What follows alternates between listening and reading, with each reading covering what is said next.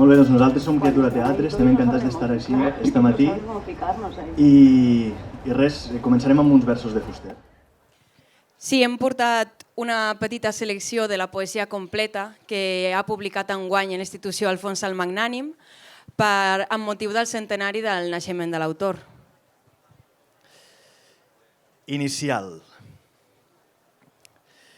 No sé si ho saps, lector, però quan l'oci fa del poeta un poeta i se l'usa, s'esdevenen al món tres coses clares.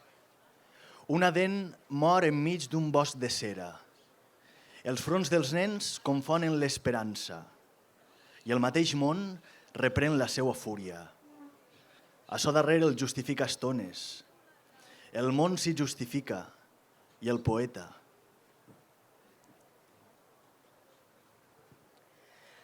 El museu. Abans d'ahir, divendres, a les 6 en punt de la tarda, vaig entrar al museu disposat a llegir un per un els rètols de tots els quadres i admirar-me'n de les dates, quan una senyora, preciosament asmàtica i amb un llibre de versos entre mans, se m'acostà i em digué: «Que vostè encara no ho sap?»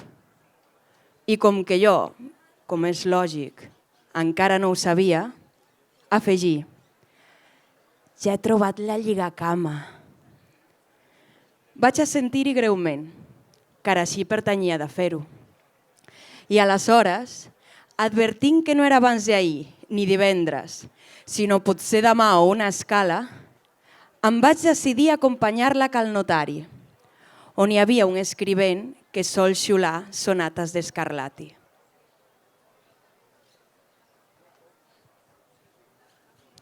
Fragment de l'elegia a Gabelé. Ho acabo de llegir al diari. Ahir. Ahir mateix vas morir-te. D'això en fa 4 segles, és clar. Ahir, però. I ho hauríem de celebrar d'alguna manera, per exemple, bevent. Venite apotemus.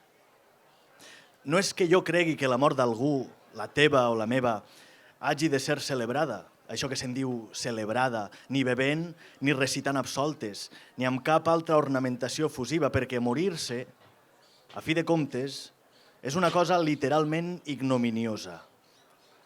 Tu ja ho entens, oi? Però cal que et commemorem. Es tracta d'un costum que les persones cultes han establert. No sé ben bé per què, pot ser per passar l'estona, pot ser per impietat o per justificar-se la cultura i fer-nos veure, com el llemosí del teu llibre, que venen, més o menys,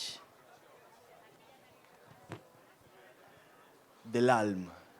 Enclit et célèbre académie que l'homme vocite lutès. No fora discret d'esquillar-se'n, doncs. Ells ho faran al seu estil, amb tènues discursos, amb tesis doctorals, amb cerimònies cartilaginoses o trossos de pedra. Hi ha res més trist que una tesi doctoral? Fes el favor de dir-me-ho. Som nosaltres que ens hi agradem, nosaltres, la posteritat necròfila, necròfaga, canora. De fet, les tesis doctorals només serveixen i encara pour se toucher les couilles, concretament culs doctorats. Alguns, tanmateix,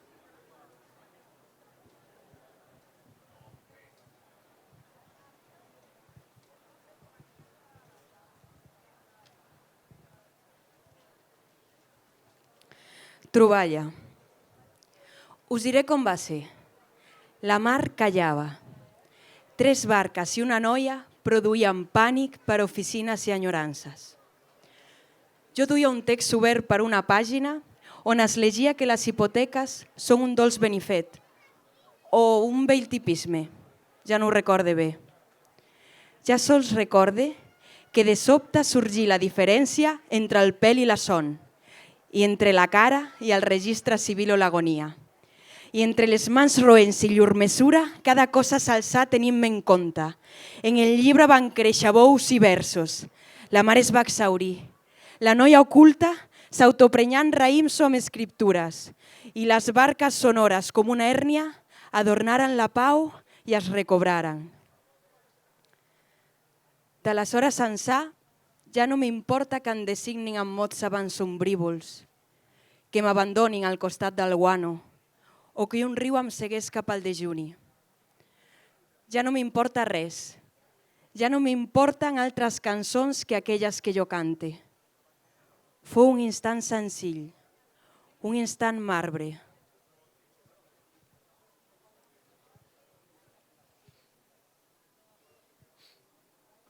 Una precisió.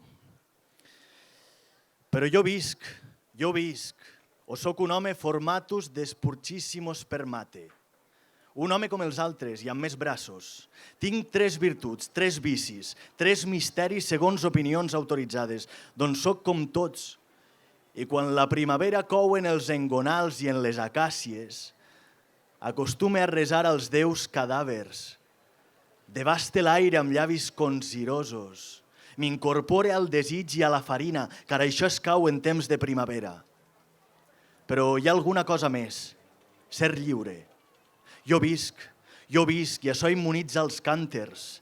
Jo visc i això és una balada antiga. Jo visc i alhora una bandera s'obri. Jo visc i una bandera s'encomana. I viure per a mi és tot el contrari del que creieu vosaltres, els infames. Cal ser lliures, amics. Cal ser-ho a costa de tiges i sabates i compares. La llibertat comença rere el vòmit. I ja per acabar, més art poètica. Sí, ho he escrit tot en versos de 10 síl·labes, que és un ritme ancià renaixentista propi del Dan de mi d'altres il·lustres. N'he escrit ja tants que em surten en to dòcil. I més que de fer versos, crec que es tracta d'un dolç nerviós o d'un misteri.